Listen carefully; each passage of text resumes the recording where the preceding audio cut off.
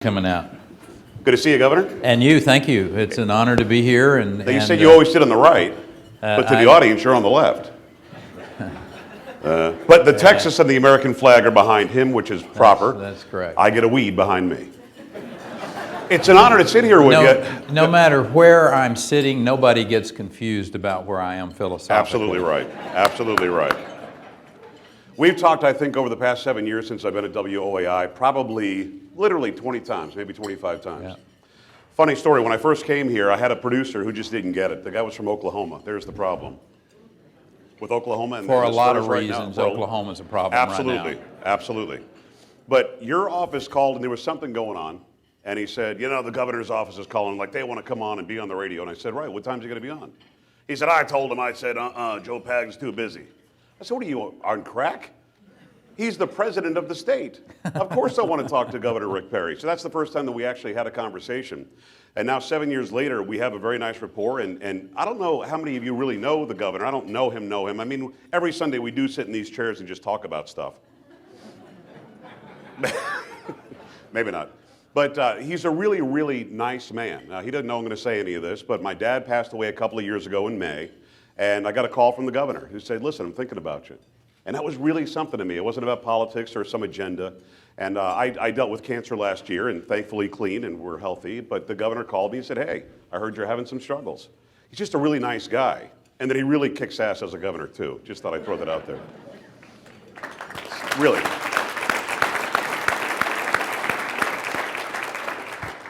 I've often asked you when I've had you on my shows, why the president doesn't jump on Air Force One, come to Austin, hang out with you for a couple of weeks and see how it's done.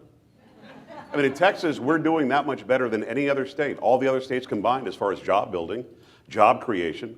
When it comes to what's happening in Washington, which I'm still stunned that you wanted any part of that, when it comes to what's happening in Washington, literally, if we did in Washington what we do in Texas, it'd be a different picture, wouldn't it? It would be. It would be a substantially different picture. But to their credit, and you don't hear me say this very often, but to their credit, just today,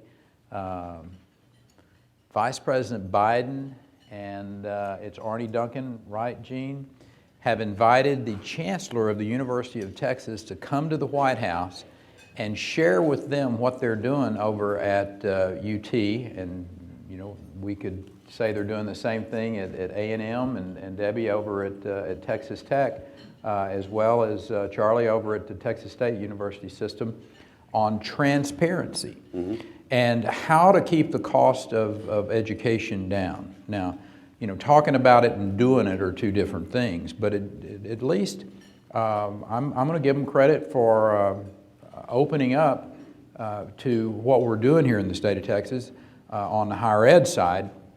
Now, obviously, when it comes to job creation, you can't fund higher ed, you can't fund public ed, you can't fund transportation infrastructure, you can't fund all the things that, you know, whether it's public safety, the things that we want in our communities, unless you first have an environment where men and women who are in the job creating business feel comfortable that they can risk their capital and have a chance to have a return on their investment. If you don't get that right first, and if you don't have the predictability of taxes and stability in the regulatory environment, if you don't feel that you're going to be able to risk capital and you know, have to go spend way too much time at the courthouse because they've allowed frivolous lawsuits to go forward, then you're not going to go risk that capital, and then you're going to look a lot like California. We don't want to look like California, no. So, you know, and that's just a fact. That is an indisputable fact that California is incredibly beautiful. I mean, they have so much to offer. And to have put that state in the position that it is in today, where people are leaving there in pursuit of the American dream, is a great indictment of what government gone awry is all about. And as a matter of fact, I will be leaving one day later in the week, going to California, talking to businesses about relocating to the state of Texas. I mean, somebody said, why do you do that so often? I said, Well, you fish where the fish are. And there are a lot of fish in California. You've done that before. California is not happy to see your plane land. Yeah. But you're right. I mean, there's overregulation. I believe just this morning I saw there's a new law somebody's proposing in California. If you don't seatbelt your dog in the car, $1,000 fine. Yeah. You have to literally seatbelt your pet in the car. In San Francisco, they banned McDonald's from selling Happy Meals with a toy in it because that's too much of an appeal to kids, because kids shouldn't be eating McDonald's. It's overregulated. Is that one of the biggest reasons why Texas is so successful, that the government has said, I have to get out of this and let people succeed or fail on their own? Well, I think there's a balance that people want to know that they can drive down highways, and that not only expeditiously but safely. They want to know that they are going to live in a safe community. They want to know that they're going to be able to have the quality of life issues. And I want to take just a second when I talk about quality of life and share with you a story from 2001. I'd been the governor for maybe 6 months, and we got notified that Boeing Corporation, and they're one of the sponsors here today, and thank you for that, for being here. But Boeing was going to move their corporate headquarters out of the Pacific Northwest to either Chicago or Dallas-Fort Worth.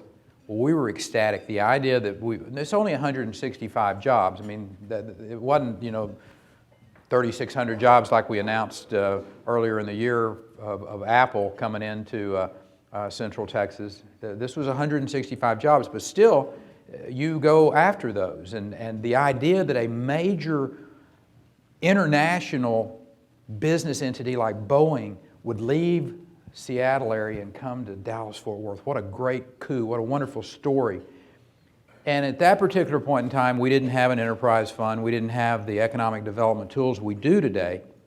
And we went up and did as much as we could, and frankly, there wasn't a whole lot we could do. The Dallas-Fort Worth people, they were not as adept at economic development as they are today. And I might just add in passing, nobody in the state does it better than San Antonio and the surrounding area. Nobody. But Dallas in that Fort Worth area, and they worked hard and they made the offers and what have you. Long story short, they picked Chicago.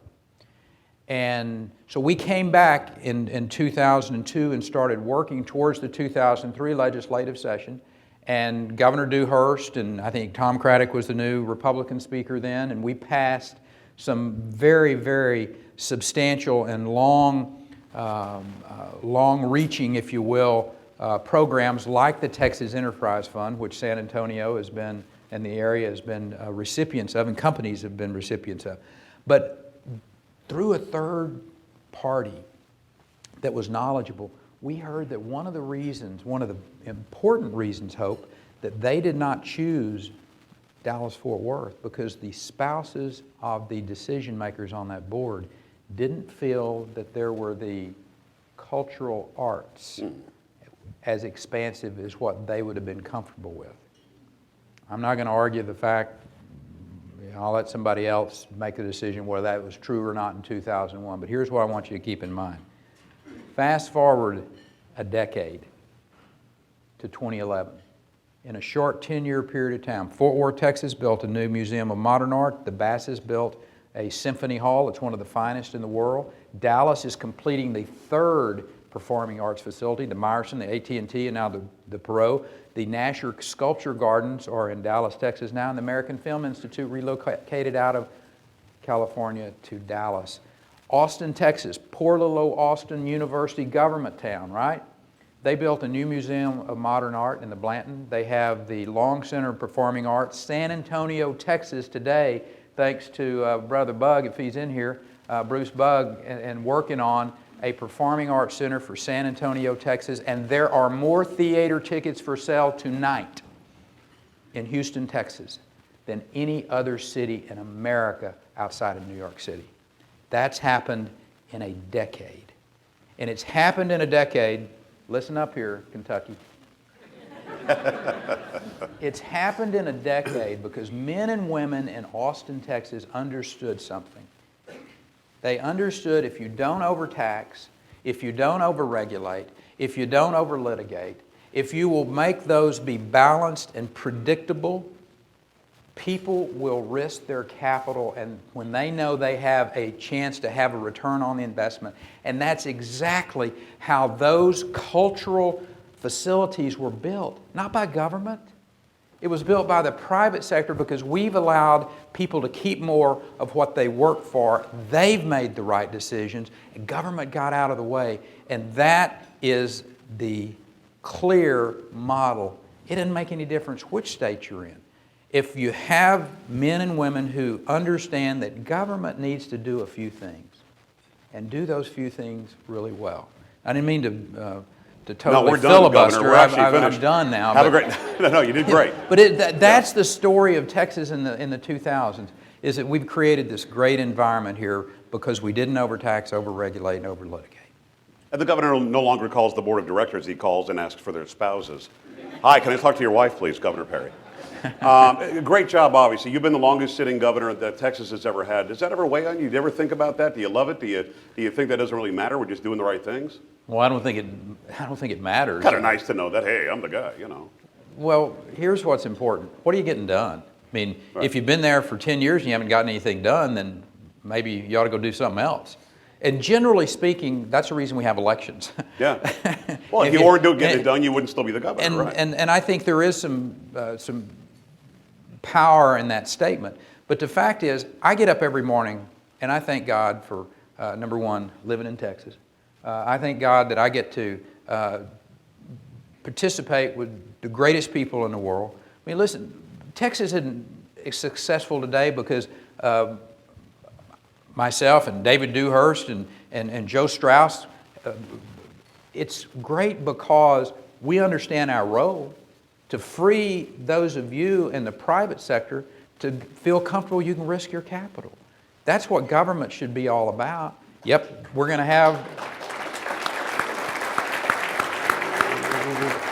to come to Austin, we're going to debate about, are we going to spend this much money in this particular area? But at the end of the day, we're doing it right in this state. There is a reason that we've led the nation in the jobs creation over the course of the last decade. I mean, it's true. I mean, the president ought to get up every day and go, thank God for Texas. My job creation numbers would really be in the toilet if it wasn't for Texas. It's true. It's true. We have to talk very quickly about the run for president. You do live in the greatest state, and you're the governor of the greatest state. We talked over and over, and you said, I've got the greatest job, and I want another job. But there were people saying, hey, look what you've done in Texas. Wouldn't that be great if we could take those principles, at least, to the nation? Happy you did it? Unhappy you did it? Oh, satisfied that you did it? I'm happy I did it. I wasn't happy the way it turned out. I didn't notice. How did it turn out? I tell you, I give you two really great insights. Okay. If you decide to run for the presidency of the United States, number one, get in early. Right. Don't get in at the last minute. And don't have a major surgery on your back before you start. Right. Just. And you were the front runner when you got in. I mean, you came in. Hey, let me tell you, and it was the 3 most exhilarating hours of my life. And it was awesome. Yeah. Well, I tell people, I said, you want to become the target and the focus of a lot of folks, be the front runner. Yeah. And, I'll kind of leave it at that we weren't prepared for that onslaught that Do you came. wish the debate format was this? Because you in this format are great. Yeah. And in that format, you had 8 other people you were trying to get in edgewise. And No, I had 8 other people that I was playing catch with, Yeah. and they were chunking. Right. To start out, if you'll recall, California in the first 3 debates, and I mean, it was, we got to go knock this guy down. And, to their credit, I will say they did a good job of it. Well, going forward as the governor here, I know last night I got a piece of information, and I think this has hit the wires today. We had budget issues here. We had budget issues in the state of Texas, and you did what you had to do as per the Constitution. Some people aren't happy about the cuts to education and some other things. But again, you had to tighten the belt. Last night you came out with a piece of information. I know that, again, it went, I think, statewide today, that you sent out a letter to all of the offices in the state. What did the letter say? Let people here know. If they haven't It heard basically is asking we're going through what's called legislative LARs, their request for their appropriations, legislative appropriation request. And this is about the time of the year that they start and they go forward with it. And I just wanted to put everybody on notice that we want to take a look at our budgets, just like you do in your business. I can promise you, USAA is going through, Admiral, you look at your budget and you prioritize what's important. You look at your money flowing in. You know, the great news for the state of Texas is that we have seen increased revenues coming into the state of Texas, but I want those agencies to basically freeze their budgets at the 2012, 2013 levels, and that's the fiscal, or that's the fiscal year that we're in right now. And then to look at ways to reduce 10% of their budgets as we go forward with these LARs for the 14 and 15 cycle that we're going into in 2013. So, I know that there are those, and there are great programs that are out there that aren't funded, that may not be funded to the level of which people would like to see them funded. I don't argue that.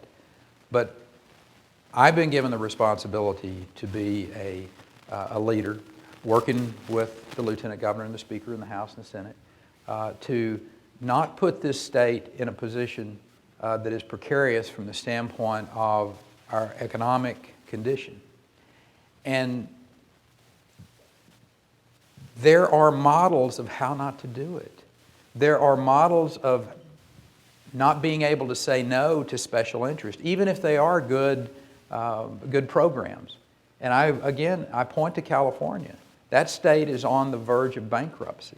And it's on the verge of bankruptcy because too many special interests have been able to control the budgeting process, and they've got a $16 billion hole that they're going to try to fill by making some reductions, but raising taxes. Right. And you know what's going to happen when they raise taxes again on the smaller and smaller number of businessmen and women in that state. They're going to come to Texas. It's an interesting quandary because I worked in New York, but I worked in upstate New York. If you work in New York City, you pay a city tax. Yeah. Well, I was a television news anchor in New York, so I was the evil guy who made too much money. So just because I paid 10% for living in New York. Right. So I paid my 35% or whatever it was, plus I paid 10% more because I was the rich guy, which I wasn't. I wasn't making that much money. And then the sales tax was way too much, and the property tax was way too much. New York, the state of New York has lost 3.4 million people, I think, in less than a decade now. They're rushing to places like Texas. So what do? You take the model that we see, that Obama, frankly, I think is utilizing nationally right now, or you look at what Ronald Reagan did, and you reduce regulation, you reduce taxes from 70 down to 28, and then let business keep their money, let evil rich people like me, I'm not, keep my money, and then we spend it, and then we hire people, then we expand, and then we have more businesses coming into a city like San Antonio. That's obviously the model that you're following here. It is. Listen, we can't print money, thank God. Why can't we stop them from printing Well, money? and let me tell you, and it's a very serious note, and it's something that I hope all of us will really pay attention to over the course of the next 90 to 120 days, is that the Federal Reserve will begin a third quantitative easing and print money to bolster the European community, and to, obviously, the politics of that's not lost on people as well. So, I mean, it's a great concern to me. The absolute worst thing that could happen in this country is the Federal Reserve to go into a massive printing of money, another quantitative easing as they refer to it. But this president has a different outlook from most of us in Texas. And the point is, he does believe that government needs to stimulate the economy. And, I don't know how many times we have to try this before we realize that it's a failure. And it's, Samantha and Gabby, your two of your four girls, they're going to inherit this monstrous debt. If you print money, it may pump up the economy for a short period of time, but there is a day of reckoning coming And the day of reckoning is going to be inflation that we have no idea how impactful in a negative way it can be. And you need to quit spending money, Mr. President. That's the key. You need to quit spending money. And one of the reasons Texas is as successful a place as it is today is because we have not gone on a spending spree. In 2003, we were faced with a $10 billion budget shortfall. And the choice was to raise taxes, Hope, and Speaker Craddock and Governor Dewhurst and myself, we made a commitment that we were not going to raise taxes, that we would cut back on spending, and the result was an economy that really grew. It is exactly like you laid it out, Joe, is an economy that grew, and in 2 years, in '05 legislative session, when we came back in, we had an $8 billion budget surplus, if you will, over and above what our previous budget had been. And, you know, budgets go up and down. But I will suggest to you that the men and women in Austin, Texas, who are in the leadership positions and have been over the last decade, are committed to fiscal sanity. And that means that, yes, we have a constitutional amendment that requires us to balance our budget. Thank God our founding fathers did that. But you can also balance a budget by raising taxes. And then the business community is the one that faces the real burden. Then somebody doesn't get hired because you've had to cut back because the government has said we want more of your money. This is not rocket science. It's, I'm a simple guy. If you listen to me on the radio, I try to spell things out as simply as I possibly can. If you've got $20 in your pocket right now, and there are a finite number of $20 bills floating around, and the government prints a million more, is your 20 still worth 20 or not? Not even close. That's the problem with printing money and not backing it up with anything. When it comes to budgets, let's talk about, there was an outcry not too long ago. People said, get into the rainy day fund, Governor. It's raining in our classrooms. You had a really loud lobby from the education side, and you mentioned a moment ago, there were really good causes that were coming at you, but you had to do what you had to do. How hard was it to not touch the rainy day fund, or did you never even consider it? Well, you always consider, you look and you prioritize, and there's two issues here that I want to address. One is, we have, over the last decade, supported public education in this state to a substantial degree, whether it's higher ed or whether it's our K through 12. As a matter of fact, if you look at 98 through 2008, 99 through 2009, that decade, we funded public education 5 times more than what population growth was. So through the decade of the 2000s, the funding for public education has been substantial.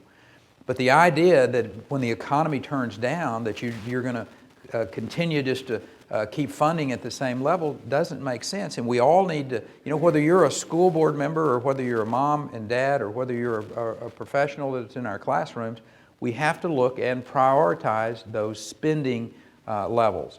And so that's the reason that we made the reductions in the 2011 budgetary cycle. The rainy day fund was put in place for 2 reasons. One was to make sure that Texas had a savings account if and when we have major natural disasters or man-made disasters. And you think about over the last decade what's happened in this state. Katrina, Gustav, Ike, Rita, Donna. We had a space shuttle that fell out of the sky in East Texas. We had the Queen Isabella Causeway. I mean, how do you plan for those? You plan for them 2 ways. One is by having the finest emergency management team in the world. And let me tell you, Nim Kidd, your former fire chief here, is an absolute godsend to this state from the standpoint of overseeing that. And secondly, you have that monetary savings account to address those issues.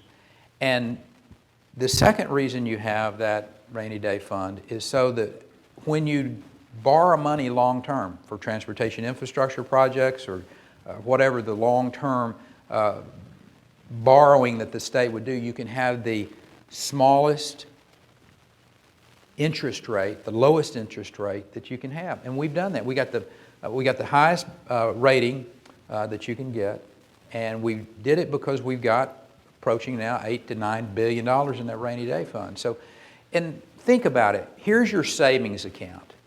Just put it into your personal life a moment. You have X numbers of dollars in your savings account, and for whatever reason, you have ongoing expenses, and if you start going into your rainy day fund to pay for ongoing expenses, one day you're going to wake up and this is going to be gone and these expenditures are still going to be out there. And this is going to be zero. If we have big events, and we do here, natural disasters of the drought, the fires last year, it's not when, or it's not if, it's when we're going to have the next big hurricane. And we'll have a cushion against that. Well, was it also a matter, Governor, that if you gave to education or Joe Pag's fund, whatever, everybody would want some of it then? Well, you gave it to them, right. You got to give it to us now. That's just the fact is, it's defined. This is for this. Right. That is that's human nature, what you just explained.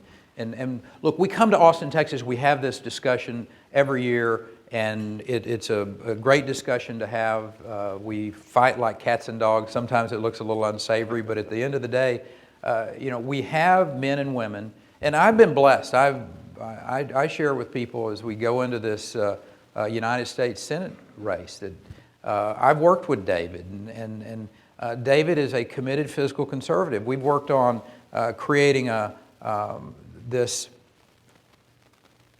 tort reform in 2003 that has paid huge dividends.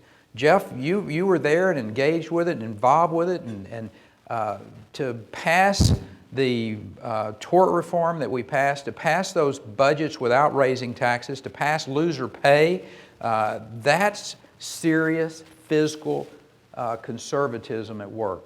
And I'm proud to have been partners with Craddock and Strauss and Dewhurst over the course of the last 10 years as we've created the absolute most dynamic economy in America. I probably can't get the governor of Oklahoma to admit today, in particular, that they'd like to be a Texan.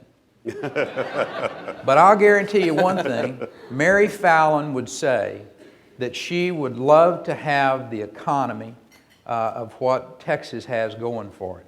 64 months of unemployment less than the national average. Leading the nation in the creation of jobs over the last decade. Having CEO magazine for the 8th year in a row to pick this state as the best state in the nation to do business. For the 10th year in a row, the #1 exporting state. 49 other governors would dearly love to be able to stand up and say, this is what we have created. And it didn't happen by accident. It happened because there were men and women in Austin, Texas who understood their role. And the role was to create a tax and a regulatory and a legal environment where you, the real engine of this state, could feel comfortable you could risk your capital and have a return on an investment. We got out of the way. That's government's role. God to wish that they would do it in Washington, D.C. Thank you, brother. Thank you, Governor. Joe, I think we're